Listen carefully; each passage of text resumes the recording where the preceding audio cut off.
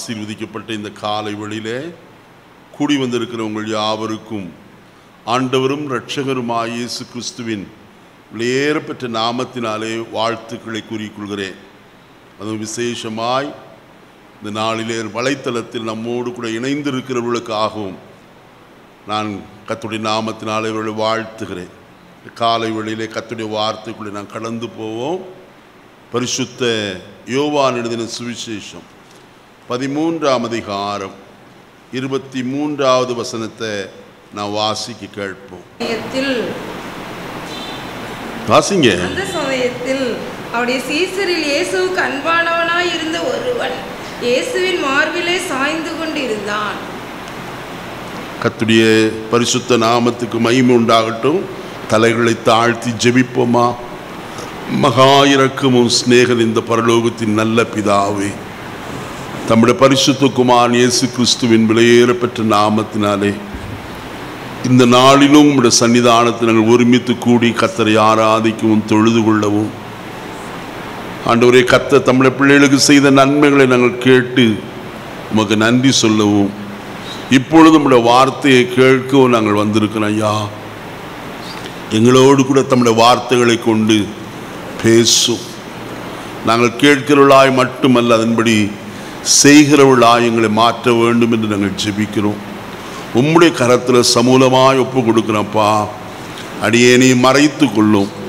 உம்முடைய வல்லமில்ல வார்த்தை அடியேன் வாயிலே இந்த காலையில் போடுவீராக. மெய்யாகவே அது ஜீவனும் ஆவியாயும் கடந்து சென்று நீர் செய்ய வேண்டியதை, நீர் விரும்புகிற காரியத்தை செய்யும்படிக்கு நாங்கள் ஜெபிக்கிறோம். சமூலமாய் உம்முடைய கரத்தில் அர்ப்பணிக்கிறோம். இயேசுவின் நாமத்தில் பிதாவே, ஆமென். மறுபடியும் அந்த வசனத்தை நான் வாசிக்கலாம். அந்த சமயத்தில் அவருடைய சீஷரில் இயேசுவுக்கு அன்பானவனாயிருந்த ஒருவன் இயேசுவின் மார்பிலே சாய்ந்து கொண்டிருந்தார். அருமையான தேவனுடைய வார்த்தைக்காக கர்த்தருக்கு முதலாவது நான் நன்றி சொல்லுகிறேன். ஆண்டவராய் இயேசு கிறிஸ்து இந்த உலகத்தில் வந்து பெத்லகேமிலே பிறந்து நாசரேத்திலே வளர்ந்து யோர்தான் நதியிலே யோவான் ஸ்நானகனாலே ஞானஸ்நானம் பெற்று பரிசுத்தாவின் அபிஷேகத்தையும் பெற்ற பிறகு அவர் மனம் திரும்புங்கள், பரலோக ராஜ்யம் சமீபத்திருக்கிறது என்று ஜனத்திற்கு பிரசங்கம் பண்ண தொடங்கினார். அப்பொழுது கடற்கரை ஓரத்தில் மீன் பிடித்து கொண்டிருந்த பேதுருவையும் அவனுடைய சகோதரனாகிய அந்திரேயாவையும் அவர் தம்முடைய ஊழியத்திற்காய் அழைத்தார். மத்தேயு 4ஆம் அதிகாரத்தில் அதை குறித்து வாசிக்கலாம். என் பின்னே வாருங்கள் என்று சொன்னார், நான் உங்களை மனுஷரை பிடிக்கிறவர்களாக்குவேன் என்று சொன்னபோது அவர்கள் தங்கள் படவையும் தங்கள் வலைகளையும் விட்டு விட்டு இயேசுவுக்கு பின் செல்கிறவர்களாய் காணப்பட்டார். அதற்கு பின்ன இன்னும் கொஞ்சம் தூரம் போன போது செபதேயுவின் குமாரராகிய யோவானும் யாக்கோபும் தங்கள் தகப்பனோடு கூட தங்கள் தகப்பன் செபதேயு கூட வடவில் இருந்து வலைகளை அலசி கொண்டிருக்கிறவர்களாய் காணப்பட்டார். இந்த சந்தர்ப்பத்தில் அவர்களுக்கு ஒரு அழைப்பு வந்தது. அவர்களும் இயேசுவை பின் சென்றார்கள் என்று வசனத்தில் வாசிக்கிறோம். இவர்கள் எல்லாரையும் இயேசு அப்போஸ்தலர் என்று பெயர் சூட்டி 3 ஆண்டு காலமும் தம்மோடு கூட வைத்து ஊழியத்தில் ஒரு நல்ல பயிற்சியை கொடுக்கிறவராய் காணப்பட்டார். அவர் இந்த உலகத்தில் வந்த நோக்கம் நிறைவேறும்படிக்கு தம்மையே மனுக்குலத்தின் பாவத்திலிருந்து ரட்சிப்புக்காக அர்ப்பணிக்கிறவராய் காணப்பட்டார். அப்படி அர்ப்பணித்த அவர் கெத்சமனே தோட்டத்தில் ஜெபித்த ஜெபத்தை எல்லாம் நாம் அறிந்திருக்கிறோம். ஆனால் அதற்கு முன்பு இயேசு பஸ்காவை புசிக்க ஆசையாயிருந்த போது பஸ்கா ஆயத்தம் பண்ணப்பட்டது. இயேசு மறுபடியுமாய் தம்முடைய சீஷர்களோடு கூட இதை சொன்னார், உங்களில் ஒருவன் என்னை காட்டி கொடுப்பான் என்று சொல்லி மறுபடியும் சொல்லும் போது சொன்னார், என்னை காட்டி கொடுக்கிறவன் பிரவாதிருந்தானால் நலமாயிருக்கும் என்று சொன்னார். என்னை காட்டி கொடுக்கிறவனுக்கு ஐயோ என்று சொல்கிறவராய் காணப்பட்டார். ஆனாலும் இது எல்லாவற்றையும் தன் காதுகளிலே கேட்ட அங்கே யூதாஸ் காரியோத்தோ ஒன்றும் அறியாதவன் போல காணப்பட்டார். அந்த சந்தர்ப்பத்திலே தான் இயேசு பந்தியிலே இருக்கிறார். சீமோன் பேதுரு யோவான் ஸ்நானகனை பார்த்து கேட்ட ஒரு கேள்வி. எப்பொழுது என்று சொல்லி எங்க வசனத்தில் வாசிக்கிறோம், இயேசுவின் மார்பில் சாய்ந்திருந்த போது பேதுரு கேட்கிறான் செய்கையின் மூலமாய், யார் காட்டி கொடுப்பது, நம்மிலே காட்டி கொடுக்க போகிறவன் யார் என்று சொல்லி கேட்கிறவனாயிருந்தான். அப்பொழுதுதான் இயேசுவை பார்த்து யோவான் கேட்கிற காரியத்தை நாம் அடுத்த வசனத்திலே வாசிக்க முடியும். 25ஆம் வசனத்தில் பாருங்கள். இயேசுவிலே மார்பிலே சாய்ந்து கொண்டு, ஆண்டவரே அவன் யார் என்றார். ஆனால் இயேசு வெளியரங்கமாய் சொல்லாதபடிக்கு அவர் செய்த காரியம், இந்த துணிக்கையை தோய்த்து நான் யார் கையில் கொடுப்பேனோ அவன்தான் என்று சொல்லி சொன்னார், கொடுத்தார். அந்த நேரத்தில் நடந்தது என்ன? சாத்தான் அவனுக்குள் புகுந்து விட்டான். இயேசு சொல்லுகிறார், நீ செய்ய வேண்டியதை சீக்கிரமாய் செய் என்று சொன்னார். அவன் போய்விட்டான். அருமையானே, ஆனால் சீஷருக்கு ஒன்று விளங்கவில்லை. இந்த காலையிலே நான் உங்களோடு சொல்ல வந்திருக்கிற காரியம், இயேசுவின் மார்பில் சாய்ந்திருந்த ஒரு யோவான் இன்றைக்கு சாய்ந்திருக்க அநேக இடங்கள் நமக்கு உண்டு. ஆனால் அவை எல்லாவற்றிலும் நமக்கு சமாதானமும் ஆறுதலும் தேறுதலும் உண்டா என்று சொன்னால் இல்லை. ஆனால் இயேசுவின் மார்பில் சாய்ந்திருப்போமானால் அதை பார்க்கிலும் நமக்கு மேன்மையான அனுபவம் வேறு எதிலும் கிடைக்காது என்பதை இந்த காலையில் உங்களோடு நான் சொல்லிக்கொள்ள ஆசைப்படுகிறேன். கர்த்தருடைய வசனத்தில் நான் வாசிக்கிற வேளையிலே பலர் பல இடங்களிலே தங்களை சாய்ந்து கொண்டவர்களாய் காணப்பட்டார்கள். அதில் 3 பேரை பிரதானமாய் இந்த காலைவெளியில சுருக்கமாய் உங்களோடு நான் பதிவு செய்யும்படியாய் நான் விரும்புகிறேன். முதலாவது, நாம் எதன் மேல் சாய்ந்து இருக்கிறோம்? 2 தீமோத்தேயுவின் புஸ்தகம் 4ஆம் அதிகாரம் 4ஆம் வசனத்தை நான் வாசிக்க கேட்போமா? 2 தீமோத்தேயு 4:4.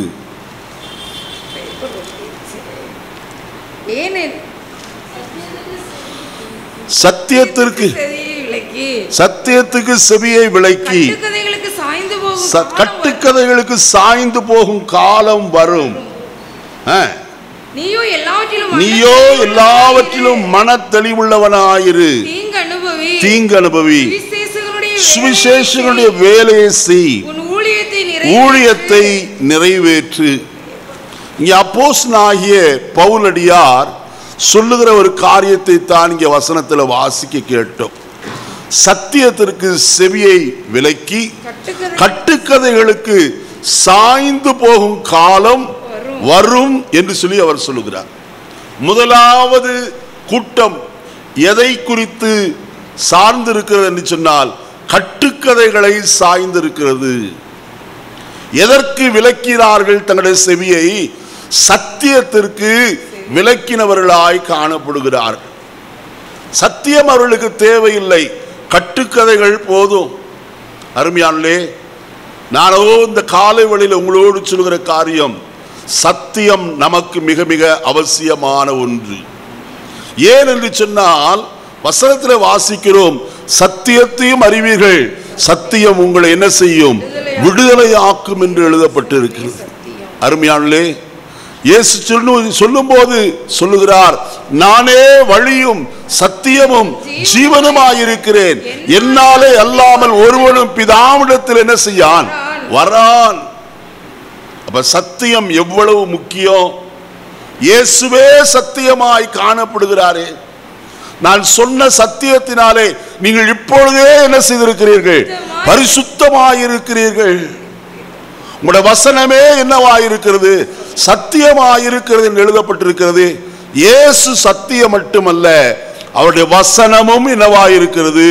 சத்தியம் உள்ளதாய், உண்மை உள்ளதாய் காணப்படுகிறது. ஆனால் சத்தியத்திற்கு தங்களுடைய செவியை என்ன செய்கிறார்கள்? விளக்குகிறார்கள். காரணம் என்ன? வசனத்தில் வாசிக்கும் போது அதே 2 தீமோத்தேயு 4ஆம் அதிகாரம் 2வது வசனத்திலிருந்து வாசிப்போம். சமயம் வாய்த்தாலும் வாய்க்காவிட்டாலும் ஜாக்கிரதையாய் திருவசனத்தை சமயம் வாய்த்தாலும் வாய்க்காவிட்டாலும் திருவசனத்தை ஜாக்கிரதையாய் பிரசங்கம் பண்ணு. எல்லா நீடிய சாந்தத்தோடும் உபதேசத்தோடும் கண்டனம் பண்ணி கடிந்து கொண்டு புத்தி சொல்லு. ஏன் என்றால் அவர்கள் ஆரோக்கியமான உபதேசத்தை பொறுக்க மனதில்லாமல் செவித்தின உள்ளவர்களாகி தங்கள் சுய இச்சைகளுக்கு ஏற்ற போதகர்களை தங்களுக்கு திரளாக என்ன செய்தார்கள்? சேர்த்து கொண்டார்கள். வசனத்திலே தெளிவாய் சொல்லப்பட்டிருக்கிற ஒரு காரியம் இங்க வசனம் சொல்லுகிறது, நீ கடிந்து கொண்டு கண்டனம் பண்ணி புத்தி சொல்லு என்று எழுதப்பட்டிருக்கிறது வாசிக்கிறோம். ஆனால் வசனத்தில் வாசிக்கிறோம், ஏன் அப்படி செய்ய வேண்டும்? அங்கே பவுல் சொல்லுகிறாரே, எல்லா நீடிய சாந்தத்தோடும் உபதேசத்தோடும் கண்டனம் பண்ணி கடிந்து கொள் என்று சொல்லுகிறாரே. ஏனென்றால் அநேகருக்கு ஆரோக்கியமான உபதேசத்தை பொறுக்க என்ன இல்லை? மனம் இல்லை. உபதேசம் ஆரோக்கியம் உள்ளது, வசனம் ஆரோக்கியம் உள்ளது. அருமையானே, இன்றைக்கு அநேகர் மாறுபாடாய் போதிக்கிற அநேகர் காணப்படுகிறார்கள். ஆயினால் தான் அன்றைக்கும் இருந்தார்கள், இன்றைக்கும் இருக்கிறார்கள், இனியும் இருப்பார்கள். ஆனால் நீங்களும் நானுமோ ஆரோக்கியமான உபதேசத்தை நாம் என்ன செய்தவர்களாய், கற்றுக்கொண்டவர்களாய், கற்று நிச்சயித்து கொண்டவர்களாய் அதில் நிலைத்திருக்க வேண்டியது நம்மேல் விழுந்த கடமையாய் காணப்படுகிறது. ஏன் என்று சொல்லி கர்த்தருடைய வசனத்தில் நான் வாசிக்கிற வேளையில வசனம் சொல்லுகிறது இவ்விதமாக. நான் வாசிப்போமா? அதே 2 தீமோத்தேயுவின் புஸ்தகம் வசனத்தில் நாம் பார்ப்போம். 6வது வசனத்திலிருந்து வாசியுங்கள். ஏனென்றால் நான் இப்பொழுதே வானவழியாக வார்க்கப்பட்டு போகிறேன். காலம் வந்தது, நல்ல போராட்டத்தை போராடினேன், ஓட்டத்தை முடித்தேன், விசுவாசத்தை காத்து கொண்டேன். இது முதல் நீதியின் கிரீடம் எனக்காக என்ன செய்யப்பட்டிருக்கிறது? வைக்கப்பட்டிருக்கிறது. நீதியுள்ள நியாயாதிபதியாகிய கர்த்தர் அந்நாளிலே அதை எனக்கு தந்தருளுவார். எனக்கு மாத்திரமல்ல, யாவருக்கும் அதை என்ன செய்வார்? தந்தருளுவார் என்று சொல்லி சொல்லுகிறார். மேலான சத்தியம் அல்லது ஆரோக்கியமான உபதேசம் என்ன? இந்த ஜீவனுக்கு பின் ஒரு ஜீவன் உண்டு, நித்திய ஜீவன். அதற்காய் நாம் போராட வேண்டுவது அவசியமான ஒரு காரியம். அதற்கு நாம் செய்ய வேண்டிய காரியம் என்ன? நாம் பரிசுத்தம் அடைய வேண்டும். அருமையானே, பவுல் சொல்கிறார், நான் இப்பொழுதே வானபலியாக வார்க்கப்பட்டு போகிறேன், தன்னை ஊற்றி கொடுக்கிறேன். அருமையானே, பலிபீடத்திலே பலவிதமான பலிகள் செலுத்தப்பட்டாலும் அதிலே ஒரு பலிதான் பானபலியாய் காணப்படுகிறது. அவ்விதமாய் தன்னையே பானபலியாய் என்ன செய்கிறேன்? ஒப்பு கொடுக்கிறேன் கர்த்தருடைய சமூகத்தில் அல்லது பலிபீடத்திலே என்று அவன் சொல்லுகிறது நாம் பார்க்கிறோம். ஆனால் இன்றைக்கு அநேகருக்கு எதன் மேல் ஆசை என்று சொன்னால், 1 தீமோத்தேயு 4ஆம் அதிகாரம் 7வது வசனத்தை வாசிப்போமா? 1 தீமோத்தேயு 4:7. சீர்கேடும் கிளவிகள் பேச்சுமாயிருக்கிற கட்டுக்கதைகளுக்கு விலகி தேவ பக்திக்கு ஏதுவாக என்ன செய்? முயற்சி பண்ணு. இங்கே சொல்லுகிறார், சீர்கேடும் கிளவிகள் பேச்சுமாயிருக்கிற கட்டுக்கதைகளுக்கு என்ன செய்? விலகு. அப்ப கிளவிகள் பேச்செல்லாம் என்னவாயிருக்கிறது? கட்டுக்கதைகளாயிருக்கிறது. முதல் ஆம்ஸ்ட்ராங் நிலவிலே போய் கால் வைக்கும் வரைக்கும் நம்முடைய கிராமங்களில் ஆனாலும் பட்டணத்தில் ஆனாலும் சிறு பிள்ளைகளுக்கு ஆகாரம் ஊட்டும் போது அங்கே நிலவை காட்டி, அங்கே நிலவிலே ஒரு ஆயா இருக்கிறா, அவன் என்ன செய்யறான்? வடை சுட்டுட்டு இருக்கான். அவன் வடை சுட்டு யாருக்கு விற்கிறான்னு தெரியல. நல்ல கவனிங்க. இப்படிப்பட்டதான பல கதைகள், வேண்டாத கதைகளை கிழவிகள் என்ன செய்கிறார்கள்? பேசுகிறவர்களாய் காணப்படுகிறார். அவர்களுக்கு உன்னுடைய செவியை என்ன செய்? விலக்கி. இரண்டாவது செய்ய வேண்டிய காரியம் என்ன? தேவ பக்திக்கு ஏதுவாக என்ன செய்? முயற்சி பண்ணு. தேர முயற்சி பண்ணு என்று சொல்லி இங்க வசனத்திலே நான் வாசிக்கிறோம். தேவ பக்தி இந்த ஜீவனுக்கும் இனி பின்வரும் ஜீவனுக்கும் என்ன செய்யப்பட்டது? வாக்குத்தத்தம் உள்ளதாகையால் எல்லாவற்றிலும் அது எப்படிப்பட்டதாம்? பிரயோஜனம் உள்ளது என்று எழுதப்பட்டிருக்கிறது. அருமையாளே, ஒருவன் தன்னை தேவ பக்தி உள்ளவன் என்று எண்ணினால் அவன் செய்ய வேண்டிய காரியத்தை குறித்து கர்த்தருடைய வேதத்திலே சொல்லப்பட்டிருக்கிறது. தேவ பக்தி உள்ள மனுஷனுடைய ஜீவிதத்தில் நான் உங்களுக்கு சொல்ல வேண்டுமானால், அப்போஸ்தலர் நடபடிகளின் புஸ்தகத்தில் 10ஆம் அதிகாரத்தில் ஒரு அருமையான மனுஷன் உண்டு. கொர்நேலியு என்று சொல்லப்பட்டதான மனுஷன். அவன் எப்படிப்பட்டவனாய் இருந்தானாம்? அவன் தேவ பக்தி உள்ளவனாய் காணப்பட்டான். போதுமா? அவன் தேவ பக்தி உள்ளவனாய் இருந்தான். தேவ பக்திக்குரிய லட்சணம் என்ன? அவன் எப்பொழுதும் என்ன செய்கிறவன்? ஜெபிக்கிற மனுஷனாய் காணப்படுகிறவன்.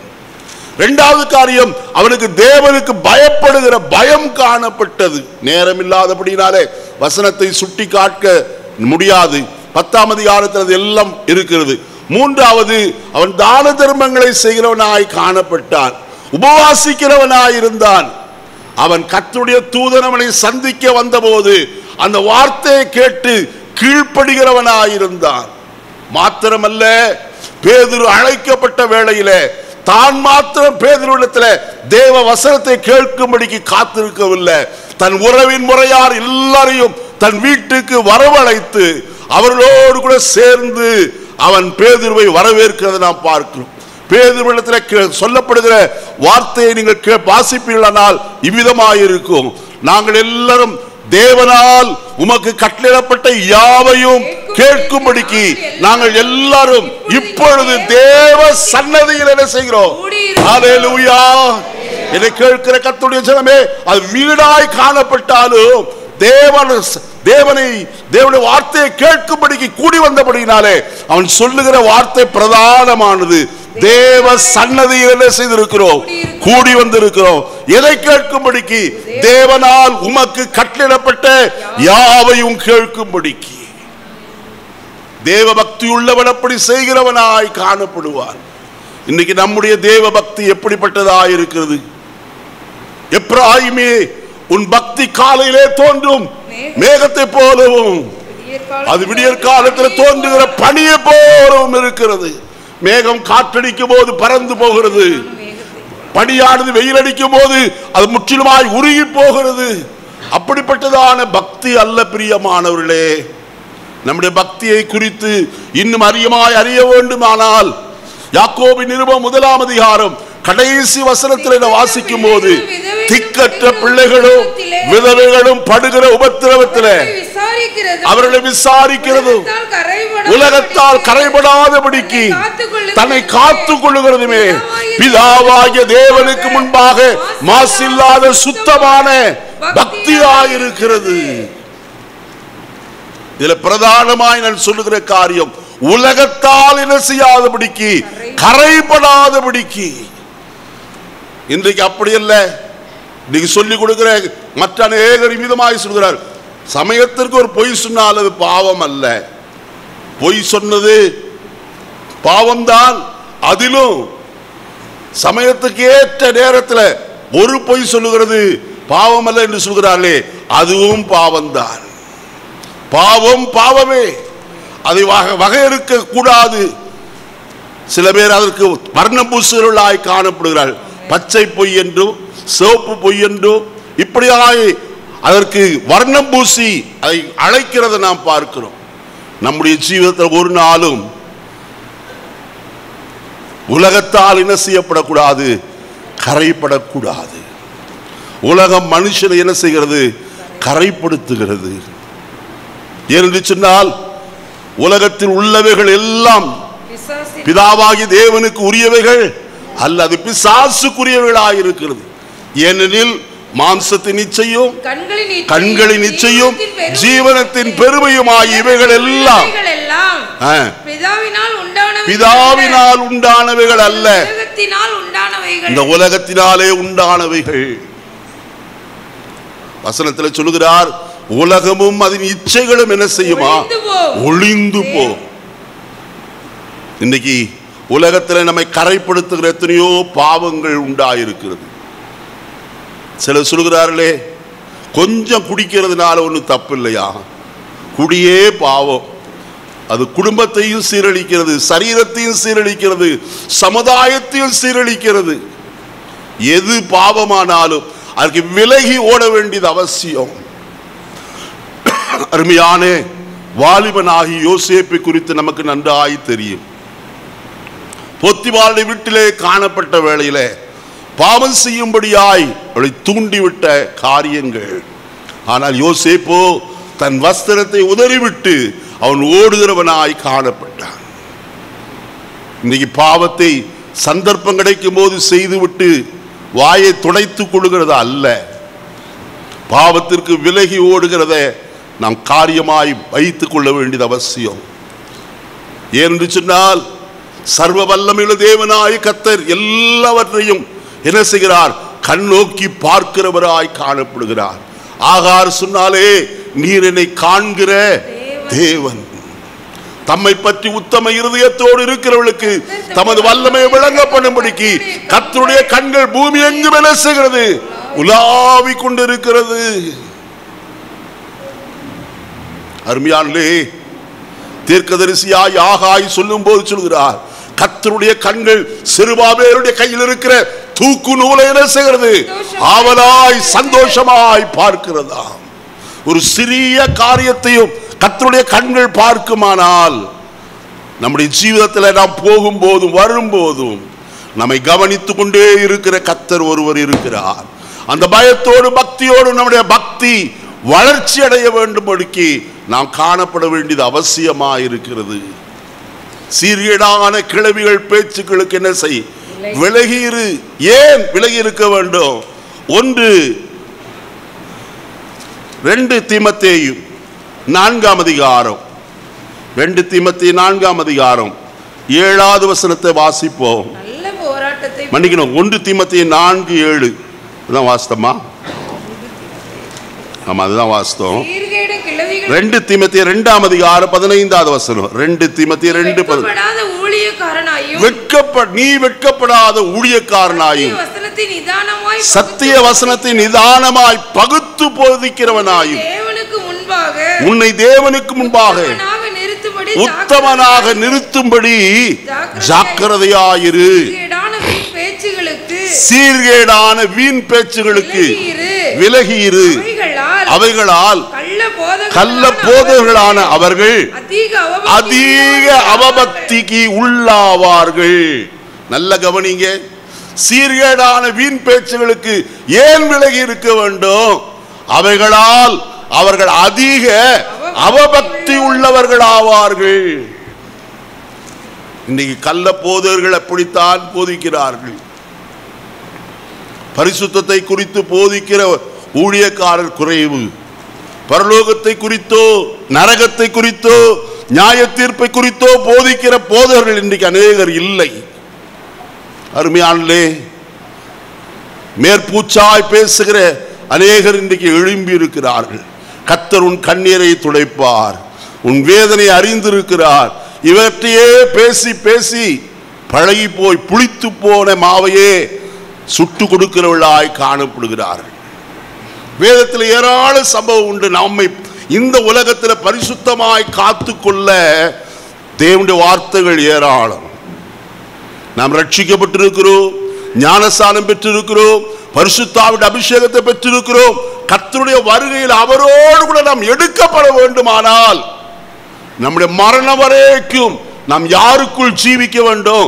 கிறிஸ்துவுக்குள் ஜீவிக்க வேண்டியது அவசியம். என்றால் வேதம் சொல்கிறது, கிறிஸ்துவுக்குள் மரித்தவர்கள் முதலாவது என்ன செய்வார்களாம்? உயிரோடு கூட எழுந்திருப்பார்கள். ஏன் கிறிஸ்துவுக்குள் ஜீவிக்க வேண்டும்? 2 கொரிந்தியர் 5:17 சொல்லுகிறது, ஒருவன் கிறிஸ்துவுக்குள் இருந்தால் புது சிருஷ்டியாய் இருக்கிறான், பழையவைகள் ஒழிந்து போயின, எல்லாம் புதிதாயிற்று.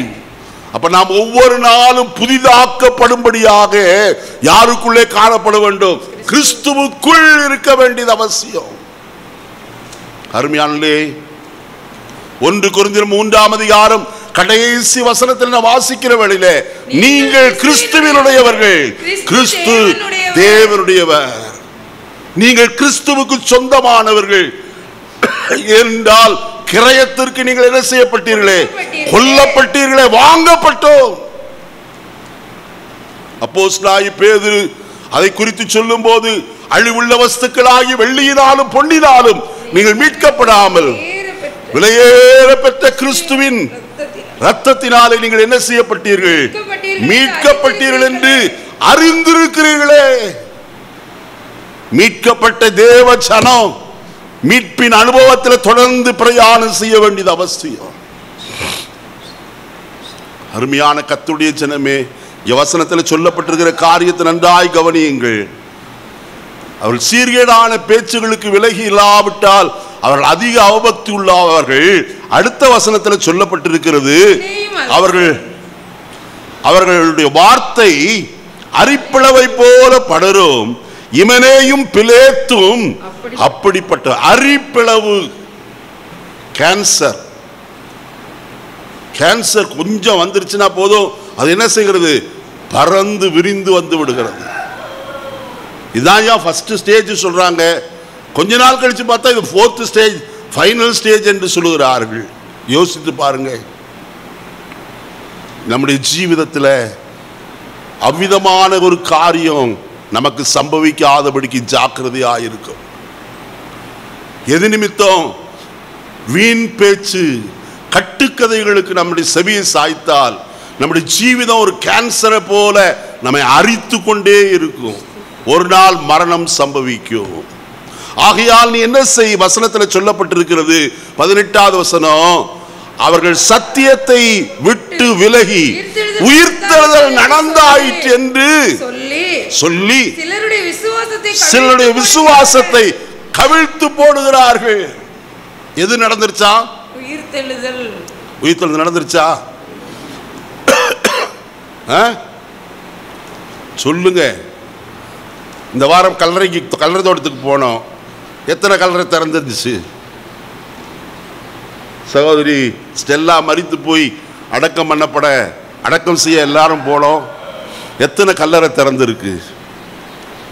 எல்லாம் மூடப்பட்டதாய்த்தான் காணப்படும்.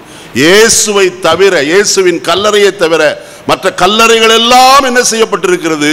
மூடப்பட்டதாகவே காணப்படுகிறது. உயிர்த்தெழுதல் இன்னும் என்ன செய்யல? நடக்கவே இல்லை. உயிர்த்தெழுதல் நடந்திருக்குமானால் கர்த்தர் வர வேண்டுமே. தம்முடைய சபையை சேர்க்கும்படியாய் கிறிஸ்து ஆரவாரத்தோடு பிரதான தூதருடைய சத்தத்தோடு தேவய காலத்தோடு வானத்திலிருந்து இறங்கி வர வேண்டுமே.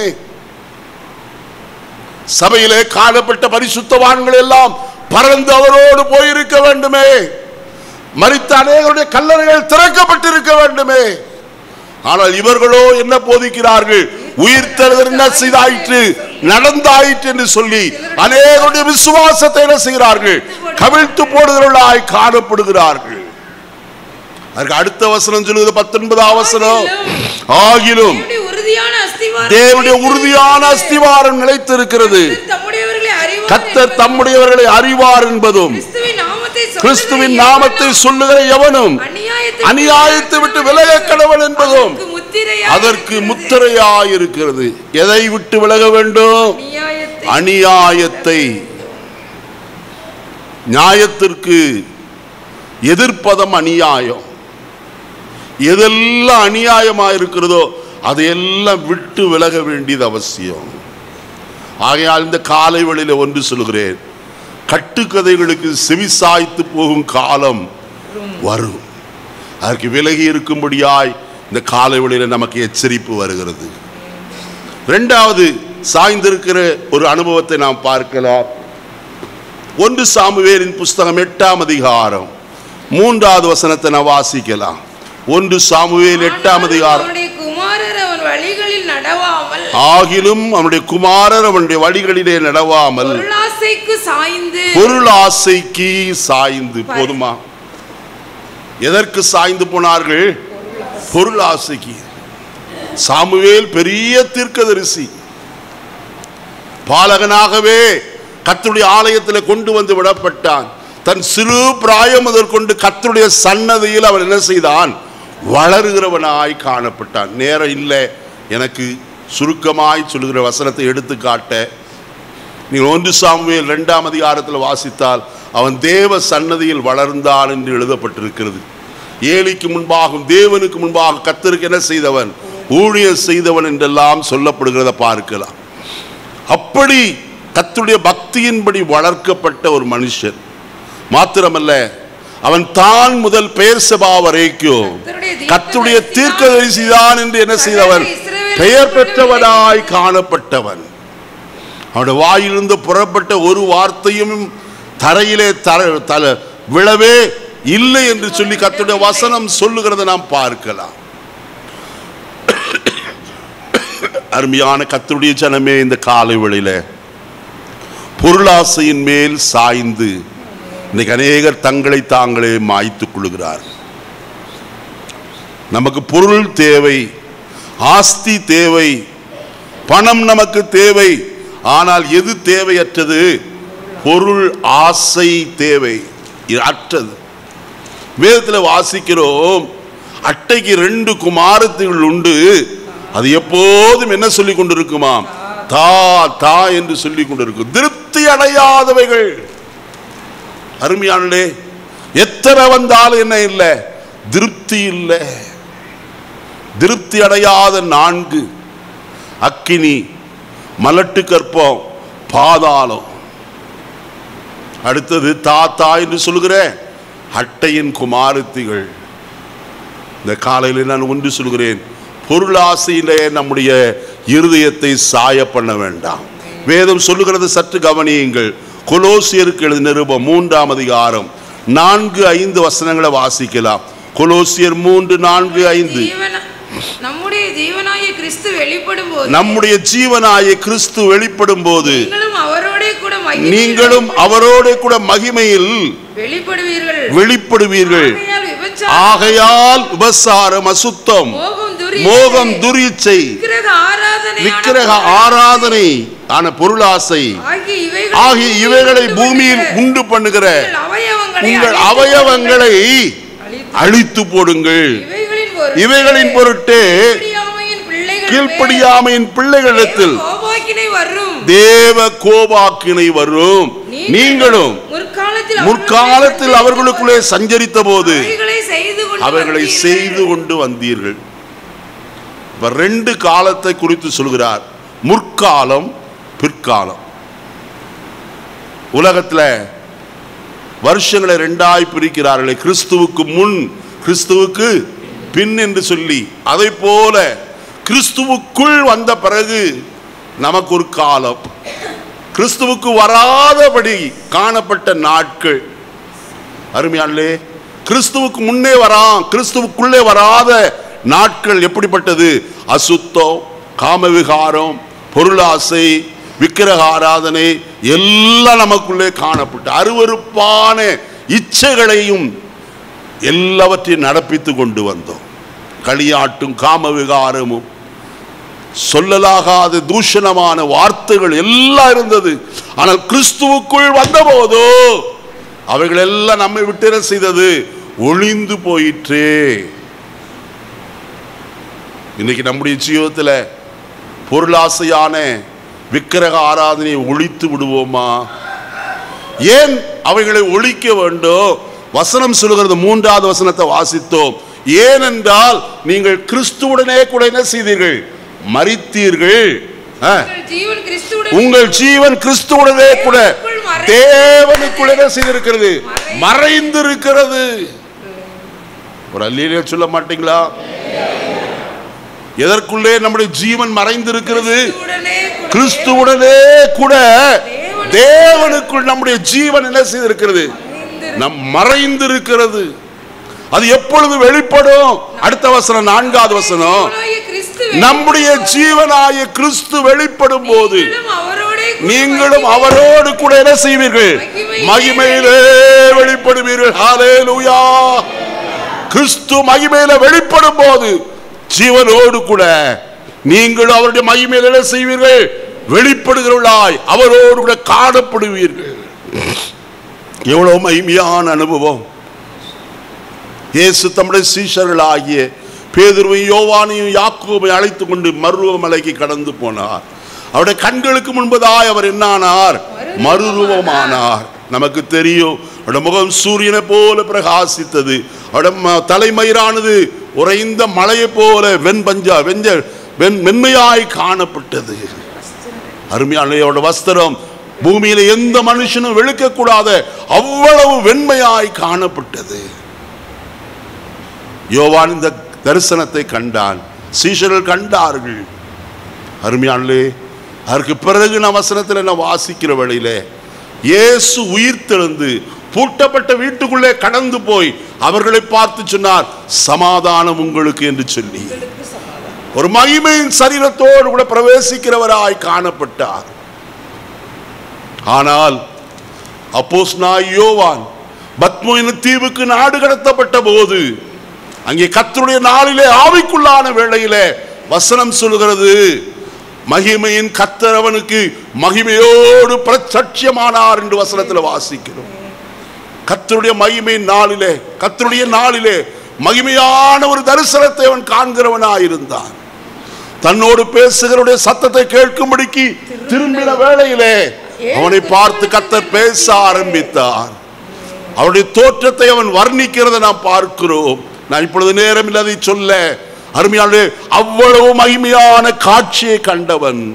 அவனுக்கு சொல்லப்பட்டது, நான் இப்பொழுது சொல்லுகிற எல்லாவற்றையும் தீர்க்கமாய் ஒரு புஸ்தகத்தில் என்ன செய், எழுதி 7 சபைகளுக்கு அனுப்பு என்று சொல்லி சொல்லப்பட்டது.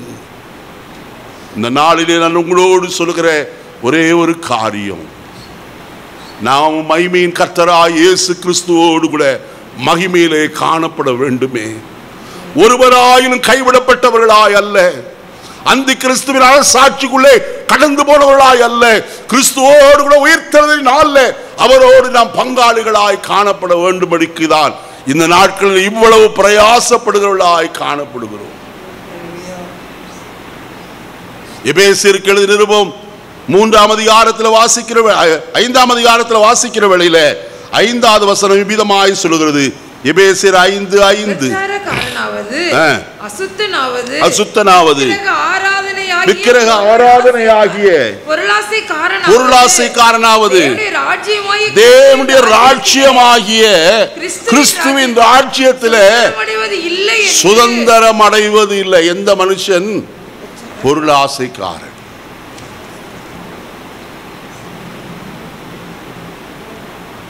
இன்னொரு வசனத்தை வாசிப்போம். 1 தீமோத்தேயு 6ஆம் அதிகாரம் 16வது வசனத்திலிருந்து வாசிக்கலாமா? 1 தீமோத்தேயு 6. ஒருவராய் சாவாமை உள்ளவரும் இல்லம்மா, அது இல்லை.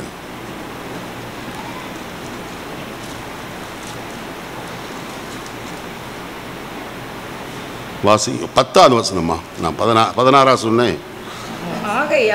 ஆகையால் தெரிந்து கொள்ளப்பட்டவர். 1 தீமோத்தேயு 6:10. பண ஆசை எல்லா தீமைக்கும் வேறாயிருக்கிறது. சிலர் அதை இச்சித்து விசுவாசத்தை விட்டு வழுவி அநேக வேதனைகளாலே தங்களை உருவ என்ன செய்தார்கள்? குத்தி கொள்ளுகிறவர்களாய் காணப்பட்டார்கள். எது தீமையாயிருக்கிறது? பண ஆசை எல்லா தீமைக்கும் வேறாயிருக்கிறது. ஆனால் எது தேவை நமக்கு விசுவாசிகளுக்கு?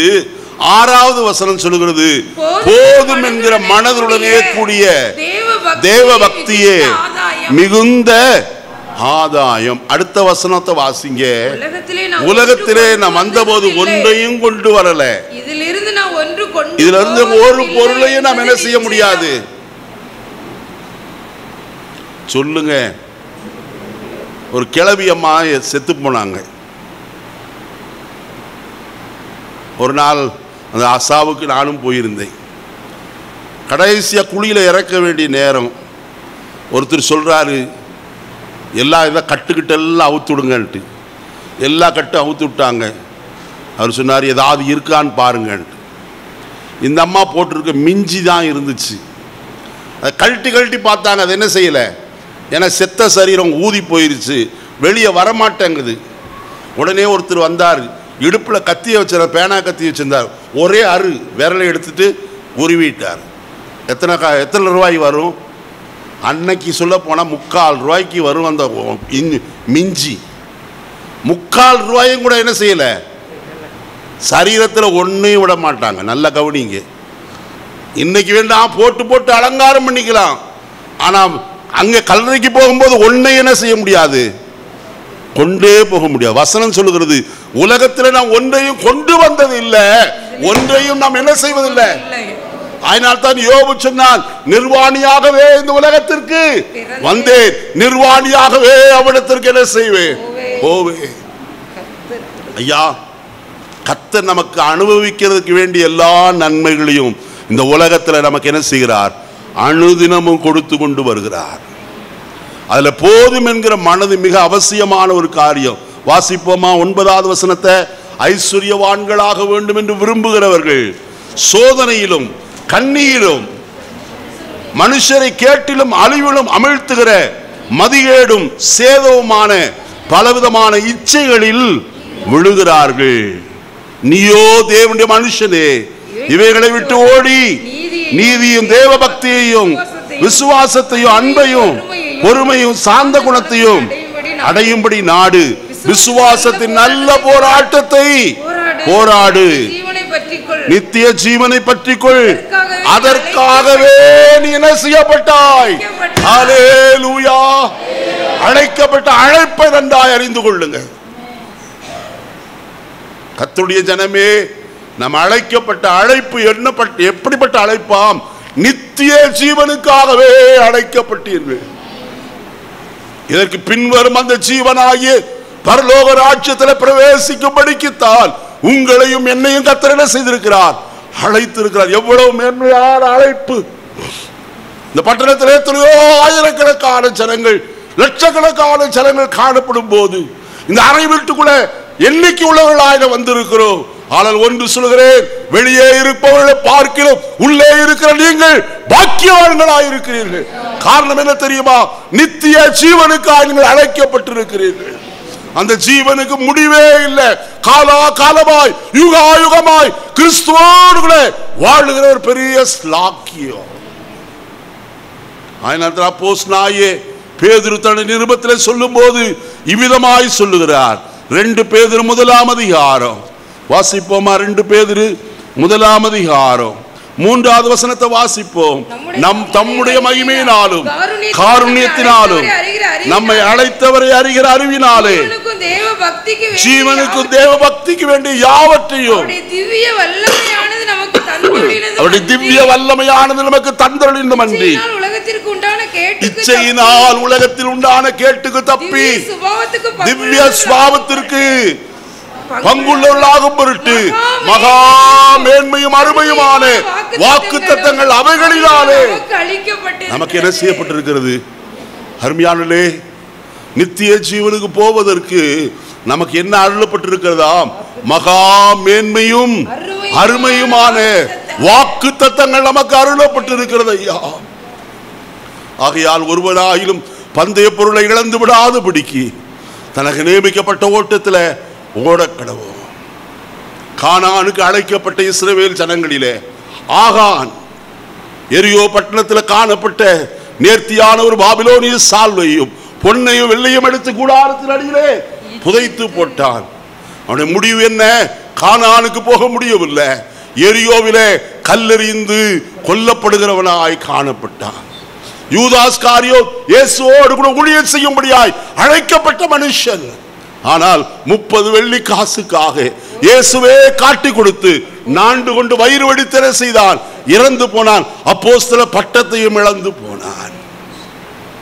என்னை கேட்கிற கர்த்தருடைய ஜனமே, தன் எஜமானாகிய எலிசாவோடு கூட ஊழியம் செய்து கொண்டிருந்த கேயாசி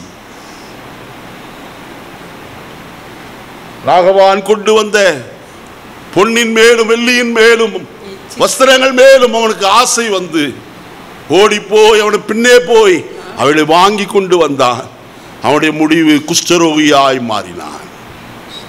நம்முடைய ஜீவிதத்தில் நாம் ஜாக்கிரதையாக இருக்க வேண்டிய காலகட்டம். பணம் நமக்கு தேவை. கர்த்தர் தான் நம்முடைய பண தேவைகளை சந்திக்கிறவர். அதில் யாதொரு மாறுதலும் இல்லை. ஆனால் இருதயம் பொருளாசை பொருள் பெருகுமானால் உடைய இருதயத்தை அதன் மேல் என்ன செய்யாதே, வைக்காதே. நீ மூன்றாவது காரியத்துக்குள்ள போ, நேரம் கடந்து போய்விட்டது. வாசிப்போம் 2 சாமுவேலின் புஸ்தகம் 1ஆம் அதிகாரம் 6வது வசனத்தை வாசிப்போம். 2 சாமுவேல் 1ஆம் அதிகாரம் 6வது வசனம். அந்த வாலிபன் நான் தற்செயலாய் கில்போவா மலைக்கு போனேன். அப்பொழுது இதோ சவுல் தம்முடைய ஈட்டியின் மேல் சாய்ந்து கொண்டிருந்தார். ரதங்களும் குதிரைகளும் அவரை தொடர்ந்து நெருக்கி கொண்டிருந்தது. கட்டுக்கதைகளுக்கு சாய்ந்து போன ஒரு கூட்டத்தார். 2வது பொருளாசைக்கு சாய்ந்து போன சாமுவேலின் பிள்ளைகள். 3வது ஈட்டியின் மேல் சாய்ந்து கொண்டிருந்த சவுல் ராஜா. இந்த காலையில ஒன்று அறிந்து கொள்ளுங்க. இந்த பகுதியை நான் வாசித்த போது உண்மையாகவே நான் சொல்லுகிறேன், கண்ணீர் விட்டு கதறினேன். ஆண்டவரே, நல்ல நிலைமையிலே அவனுடைய ஆரம்பம் உண்டாயிருந்தது. ஆனால் முடிவோ ஒரு ஈட்டியின் மேல் சாய்ந்து தன் ஜீவனை விட வேண்டிய நிலைமையாய் காணப்பட்டது. ஈட்டிலே சாய்ந்தானே அவன் ஜீவன் போயிற்றா? அல்ல, அவனுடைய ஜீவன் ஈட்டிலே தொங்கிக் கொண்டு வேதனையோடு கூட கதறுகிறவனாய் காணப்படுகிறான். தற்செயலாய் ஒருவன் வந்தானே, அவனை பார்த்து கேட்கிறான், என்னை வந்து என்ன செய், வெட்டி போடு, கொன்று போடு என்று சொல்லுகிறான். ஏன் இதை சொல்லுகிறேன்? எதை நாம் சாய்ந்திருக்கிறோமோ அதுவே நமக்கு முடிவாய் வரும் என்பதை எச்சரிப்போடு இந்த காலை வேளையில் உங்களுக்கு சொல்லிக்கொள்ள ஆசை. அந்த எச்சரிப்பு எனக்கும் உண்டாயிருக்கிறது. காரணம் என்ன? வசனத்தை வாசிப்போம். 1 சாமுவேலின் புஸ்தகம் 18ஆம் அதிகாரம் 10வது வசனத்தை வாசிக்கலாம். 1 சாமுவேல் 18:10. மறுநாளிலே தேவனால் விடப்பட்ட பொல்லாத ஆவி சவுலின் மேல் இறங்கிற்று. அவன் வீட்டுக்குள்ளே தீர்க்க தரிசனம் சொல்லிக் கொண்டிருந்தான். அப்பொழுது தாவீது தினந்தோறும் செய்கிறபடி தன் கையினால் சுரமண்டலத்தை வாசித்துக் கொண்டிருந்தான். சவுலின் கையிலே ஈட்டி இருந்தது. சுவரோட சேர்த்து உருவ குத்தி போடும்படி ஈட்டியை அவன் மேல் எறிந்தான். ஆனாலும் தாவீது விலகி 2 தரம் அவனுக்கு தப்பினான். நான் முதலாவது வாசித்த 10வது வசனத்துல சவுலின் கையிலே ஈட்டி இருந்தது. ஏன் ஈட்டியை தாவீதின் மேலே எறிந்தான்? பெண்கள் எல்லாரும் முறையாய் பாடினார்கள். தாவீது தன் ஜீவனை பணயமாய் வைத்துக் கொண்டு தனக்கு உடுத்தப்பட்ட எல்லா இராணுவ உடைகளையும் களைந்து எறிந்து கையிலே ஒரு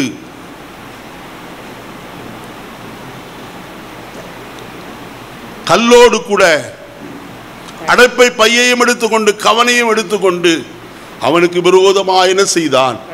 ஓடி ஒரு கல்லை வைத்து கவனிலே சுழற்றி எறிந்தான். அவன் விழுந்தான். நமக்கு தெரியும், தன் ஜீவனை பணயம் வைத்து 40 நாள் யாரும் ஒருவரும் ஒன்றாகிலும் செய்ய இயலாதிருந்த போது சிறுவனாய் காணப்பட்ட தாவீது காரியத்தை சாதிக்கிறவனாய் காணப்பட்டான். அது அவனால் அல்ல, அவன் நம்பி இருந்த, அவன் ஆராதித்த, அவனை அபிஷேகம் பண்ணின கர்த்தராலே அது ஆயிற்று. இப்பொழுது ஸ்திரீகள் செய்த காரியம் நன்றாய் கவனியுங்கள். இந்த பெண்களால் தான் எப்போதும் வெள்ளங்க வர்றதே வருது. சும்மா இருக்க மாட்டாங்க. என்ன செஞ்சாங்க? சவுல் கொண்டது 1000, தாவீது கொண்டது 10000 என்று என்ன செய்தார்களா? முறையாய் மாத்தி மாத்தி பாடிட்டு இருந்தாங்க. இதை கேட்ட தாவீதுக்கு என்ன வந்தது? பயங்கர கோபம். அவனுக்குள் ஏற்கனவே பொல்லாத ஆவி இருக்கிறது. அந்த ஆவியும் இப்போ கிரியை செய்ய ஆரம்பித்தது. தாவீது தன் வழக்கத்தின்படியே கிண்ணறத்தை எடுத்து வாசிக்க ஆரம்பித்தான். ஈட்டி எடுத்து ஓங்கி அவனை குத்தி சுவரோடு கொத்தி விட வேண்டும் என்று சவுல் விரும்பினான். ஆனால் அதற்கு கர்த்தர் அவனை தப்புவிக்கும்படிக்கு செய்தார். 2 முறை அது நடந்தது. மற்றொரு முறை யோனத்தான் தாவீதுக்காக பரிந்து பேசின போது அவனையும் கொல்லும்படியாக ஈட்டி என்ன செய்தான்? எரிகிறவனாய் காணப்பட்ட. நான் சுருக்கமாய் சொல்லுகிறேன் அருமையானே, அவன் ஈட்டியை பிடிச்சிருந்த எல்லா வசனங்களையும் உங்களுக்கு சொல்லுகிறேன். 1 சாமுவேல் 18ஆம் அதிகாரம் 11வது வசனத்தில் அவன் ஈட்டியை எடுத்து ஓங்கினான் வசனத்தில் வாசிக்கிறோம். 19ஆம் அதிகாரம் 9வது வசனத்தில் வாசிக்கும் போது அங்கேயும் ஈட்டியை அவன் கையிலே பிடித்து கொண்டிருந்தான் என்று வசனத்தில் வாசிக்கலாம். 10வது வசனமோ தாவீதை கொலை செய்யும்படி ஈட்டியை ஓங்கி வீசினான் என்று வசனத்தில் வாசிக்கிறோம். 20ஆம் அதிகாரம் 33வது வசனத்தை வாசிக்கிற வேளையில அப்பொழுதும் சவுலுடைய கையிலே என்ன இருந்தது? ஈட்டியை எறிந்தான் என்று வசனத்தில் வாசிக்கிறோம். அதே போல 22ஆம் அதிகாரம் 6வது வசனத்தை பாருங்க. சவுலின் கையில என்ன இருந்தது? ஈட்டியை பிடித்து கொண்டிருந்தான்.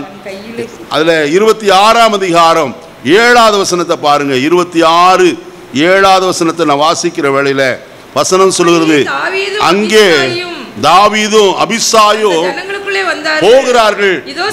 போதுமா போதும் இருங்க, நானே சொல்லிடுறேன், வாச நேரம் ஆயிரும். அவன் படுத்து தூங்கி கொண்டிருக்கிறான். அவன் தலைமாட்டில் என்ன இருக்கிறது? ஈட்டியோடு கூட. அவன் நம்பிக்கை எல்லாம் எதுல? ஈட்டியில தான் இருக்கு. வேற எதன் மேலும் அவனுடைய நம்பிக்கை இல்லை. ஆனால் தாவீது சொல்லுவான், பட்டயம் என்னை ரட்சிப்பதில்லை, என் வில்லையும் நான் என்ன செய்யேன்? நம்பேன். 44ஆம் சங்கீதம் 6வது வசனத்தில் வாசிக்கிறோம். அதன் மேலெல்லாம் நம்பிக்கை இல்லை. அவனுடைய நம்பிக்கை எல்லாம் கர்த்தர் மேல மாத்திரம். தாவீது சொல்லுவான், நீரே என் நம்பிக்கை என்று சொல்லுவான். இந்த காலையில் நம்முடைய நம்பிக்கை எது? நாம் எதை சார்ந்து இருக்கிறோம்? சவுலை போல ஈட்டியை சார்ந்து இருக்கிறோமா? நடந்தது என்ன? வசனத்தை நான் வாசிக்கிற வேளையில எல்லா இடங்களிலும் ஈட்டியை பிடித்து கொண்டிருந்தான். ஆனால் ஈட்டியை பிடித்து கொண்டு வந்த கோலியாத்தை எதிர்கொள்ள அவனுக்கு என்ன இல்லை? தைரியம் இல்லை. என்னை கேட்கிற தேவ ஜனமே, கடைசியா யுத்தம் பலத்தது. வில்வீரர் அவன் மேல் வில்லை எறியும்படிக்கு வந்தார்கள். பார்த்தான், ஓடி போய் ஈட்டியை நட்டு வைத்து அதிலே சாய்ந்து போனான். அவனுடைய முடிவு நமக்கு நன்றாய் தெரியும். சவுலுடைய மரணம் தற்கொலை மரணம் அல்ல, அவன் கொல்லப்பட்டதை கர்த்தருடைய வசனம் சொல்லுகிறது. வசனத்தை வாசிப்போம், அதை மட்டும் வாசித்து முடிச்சிருவோம். 2 சாமுவேல் 1ஆம் அதிகாரம் 2 சாமுவேல் 1ஆம் அதிகாரம் வாசிப்போமா? 10வது வசனத்தை வாசிப்போம். அப்பொழுது நான் அவர் விழுந்த பின்பு பிழைக்க மாட்டார் என்று நிச்சயித்து அவரிலே போய் நின்று அவரை என்ன செய்தேன்? வாயில சொல்ல விட்னஸே இருக்குது. தாவீதுகிட்ட போய் சொல்றான், தனக்கு ஏதாவது பரிசு கிடைக்கும்னு சொல்லி. ஏன்னா அவன் கையில் ஒரு பெரிய அஸ்த கடகம் காணப்படுகிறது. ஏதாயிலும் கொடுப்பான். நான் பார்த்து தாவீது அவனுக்கு கொடுத்த பரிசை அவனையும் வெண்டி போட்டான். அபிஷேகம் பெற்றவனை கொலை செய்ய நீ எவ்வளவு துணி அரங்குண்டா என்று அவனை வெட்டி போட்டான். என்னை கேட்கிற அருமையான கர்த்தருடைய ஜனமே, நாம் இன்றைக்கு எதன் மேல் நம்முடைய ஜீவிதத்தை சாய்ந்து கொண்டிருக்கிறோம்? கடைசியாய் சொல்ல விரும்புகிறேன். நான் வசனத்தை வாசித்தோம். யோவான் 13:23 யோவான் இயேசுவின் மார்பில் என்ன செய்திருந்தான்? சாய்ந்திருந்தான். அவருடைய மார்பில் சாய்ந்திருந்தவனுக்கு மகிமையின் கர்த்தரை பார்க்கும் ஸ்லாக்கியம் இருந்தது. வசனத்தில் நாம் வாசிக்கிறோம். வசனத்தில் நாம் அது சொல்லப்படாவிட்டாலும் சரித்திர ஆசிரியர்கள் சொல்கிறார்கள், பெரிய உலைக்களம் வைத்து அதில் எண்ணெயை காய்ச்சி யோவான் அப்போஸ்தலனை அதற்குள்ளே போட்டார்களாம். சில்லி 60 மாதிரி வறுத்தெடுத்தலான்னு சொல்லி. ஆனால் அதில் ஒன்று நடக்கலை. வெளியே வந்தார். அதற்கு பிறகுதான் பார்த்து நாடு கடத்தினார் என்று சரித்திரங்கள் சாட்சி கொடுக்கிறது. எவருக்குமே கிடைக்காத ஒரு பெரிய ஸ்லாக்கியம் யோவான் அப்போஸ்தலனுக்கு கிடைத்தது தெரியுமா? தானியேல் கடைசி நாட்கள் நடக்க போற எல்லாவற்றையும் எழுதினான். ஆனால் கர்த்தர் சொன்னார், நீ இவைகள் எல்லாவற்றையும் முத்திரையிட்டு வைத்திரு. காலம் வரும்போது முத்திரை என்ன செய்யப்படும்? உடைக்கப்படும். ஆனால் யோவான் அப்போஸ்தலனுக்கு அப்படி அல்ல. நடக்க போற எல்லா காரியங்களையும் எழுது என்று சொல்லி சொன்னார். தேசத்தில் நடக்க போற அத்தனை காரியங்களையும் யோவானுக்கு கர்த்தர் வெளிப்படுத்தினார். இன்றைக்கு வரைக்கும் அவைகள் நடந்து கொண்டிருக்கிறது. அருமையானே, வெளிப்படுத்துற விசேஷம் 1ஆம் அதிகாரம், 2ஆம் அதிகாரம், 3ஆம் அதிகாரத்தில் நான் வாசிக்கிற காரியம் சபைக்குரிய செய்தி. ஆனால் 4ஆம் அதிகாரம் 1வது வசனத்தை வாசிக்கும் போது அங்க வசனம் சொல்கிறது, இவைகளுக்கு பின்பு பரலோகத்திலே திறக்கப்பட்டிருந்த ஒரு வாசலை கண்டேன். எக்கால சத்தம் போல சத்தமானது இங்கே ஏறி வா, இவைகளுக்கு பின்பு சம்பவிக்க வேண்டியவளை, இவைகளுக்கு பின்பு சபை எடுத்து கொள்ளப்பட்டதற்கு பின்பு சம்பவிக்க வேண்டியவளை நான் உனக்கு என்ன செய்வேன்? அருமையானே, இது கடைசி காலமாயிருக்கிறது. நான் ஒவ்வொரு வாரமும் உங்களோடு சொல்லுகிற காரியம், நம்முடைய கர்த்தராகிய இயேசு கிறிஸ்து எப்பொழுது வேண்டுமானாலும் வரலாம். அதிகாலையிலோ, சேவல் கூவும் நேரத்திலோ, சாயங்காலத்திலோ, நடுராத்திரியிலோ, எந்த நேரத்தில் வேண்டுமானாலும் வரலாம். ஆனால் நீங்களும் நானும் ஆயத்தமாய் காத்திருக்க வேண்டியது நம்மேல் விழுந்த கடமை. சபையே தெளிந்த புத்தியோடு கூட ஜெபத்தில் உறுதியாய் தரித்திருந்து நம்முடைய மனவாளனாகிய இயேசு கிறிஸ்துவினுடைய வருகைக்கு ஆயத்தப்படுவோம். ஒரு சத்தம் வரும், இங்கே என்ன செய், ஏறி வா என்று சொல்லி. மரித்த பரிசுத்தவான்கள் உயிரோடு முதலாவது எழுந்திருப்பார்கள். பின்பு உயிரோடு இருக்கும் நாமும் என்ன செய்யப்படுவோம்? எடுத்துக்கொள்ளப்பட்டு மறுரூபமாக்கப்பட்ட சரீரத்தோடு ரெண்டு கூட்டத்தாரும் இயேசுவை மத்திய ஆகாயத்தில் சந்திக்கும்படிக்கு கடந்து போவோம். அதற்கு பின்பு இந்த உலகத்திலே அந்தி கிறிஸ்துடைய அரசாட்சியின் காலங்களாய் காணப்படும். அருமையான நன்றாய் கவனியுங்கள். 3.5 ஆண்டு காலம் உபத்திரவ காலம் என்றும், 3.5 ஆண்டு பிந்தின காலம் மகா உபத்திரவ காலம் என்றும் 7 ஆண்டுகள் காணப்படும். இந்த 7 வருஷமும் சபையானது மத்திய ஆகாயத்திலே காணப்படும். கர்த்தர் நியாயம் விசாரித்து பிரதிபலன்களை கொடுத்து தங்கி இருப்பார். 7வது வருஷத்தினுடைய முடிவிலே சபை இறங்கி பூலோகத்திற்கு வரும். அதற்கு பின்பு சாத்தானையும் கள்ளத்திற்கு தரிசியையும் அவர் பிசாசையும் அவர் நரகத்திலே போடுவார். அதற்கு பிறகு நான் வசனத்தில் வாசிக்கும் போது அறிந்து கொள்ள முடியும், 1000 வருஷம் அரசாட்சியின் நாட்களாயிருக்கும். அன்றைக்கு புலியோடு கூட வெள்ளாட்டு குட்டியும் புல்லை என்ன செய்யும்? மேய்ந்து ஒரு சிறு பையன் ஒரு பாம்பின் புற்றிலே கைவிடுகிறவனாய் காணப்படுவார். அங்கே அநியாயம் செய்வார் ஒருவரும் இல்லை. 100 வயதுள்ளவனும் அங்கே கிழவன் என்று எண்ணப்பட மாட்டான், வாலிபன் என்று சொல்லப்படுவான் என்று வேதம் சொல்கிறது. என்னை கேட்கிற அருமையான கர்த்தருடைய ஜனமே, அந்த மகிமையான ராஜ்யத்தில் பிரவேசிக்க ஆயத்தப்படுவோம். நாம் எல்லாரும் எழுந்திருப்போமா? கர்த்தரை நோக்கி பார்ப்போம். உங்களோடு கூட நேரம் வரைக்கும் தேவனுடைய வார்த்தை கடந்து வந்தது. நாம் எதன் மேல் சாய்ந்திருக்கிறோம்? இன்றைய அநேகர் சத்தியத்திற்கு தங்கள் செவியை விலக்கி கட்டுக்கதைகளுக்கு சாய்ந்து புகழாய் காணப்படுகிறார்கள். பழைய பாட்டி கதையை சொன்னால் போதும், பாஸ்டர் இவ்வளெல்லாம் ரொம்ப கடினமான உபதேசத்தை எல்லாம் சொல்ல வேண்டாம். இயேசு இருந்த நாட்களிலேயே இயேசு ராபோஜனத்தை குறித்து சொல்லி கொண்டு வந்தபோது சீஷர்கள் சொன்னார்கள், இது கடினமான உபதேசம், யார் இதை கேட்பார்கள் என்று சொல்லி அந்நேரம் அதற்கொண்டு அநேகர் அவரை விட்டு விலகி போனார்கள். இயேசு சீஷரை பார்த்து கேட்டார், நீங்களும் போய்விட மனதாயிருக்கிறீர்களோ? ஆனால் பேதுரு சொல்லுகிறார், ஆண்டவரே, நாங்கள் யாரிடத்திலே போவோம்? நித்திய ஜீவ வசனங்கள் உம்மிடத்தில் அல்லவோ இருக்கிறது. சொல்லப்படுகிற வசனங்கள் நித்திய ஜீவ வசனங்களாய் காணப்படுகிறது. உங்களை நித்தியத்திற்கு கொண்டு போகிற வார்த்தைகளைத்தான் இந்த பலிபீடத்திலே இருந்து நீங்கள் கேட்கிறவர்களாய் காணப்படுகிறீர்கள். கட்டுக்கதை அல்ல,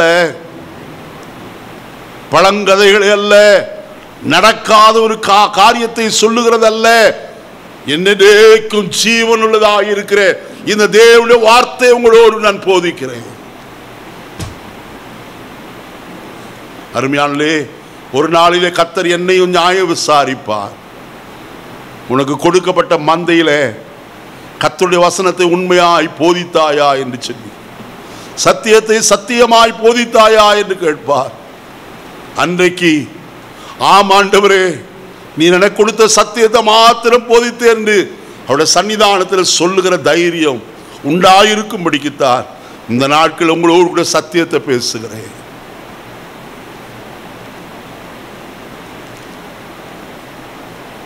சத்தியத்தை விட்டு விலக்கி போடும்படிக்கு அநேக கள்ள தீர்க்கதரிசிகள், கள்ள போதர்கள் இந்த நாட்கள் எழும்பிக் கொண்டிருக்கிறார்கள்.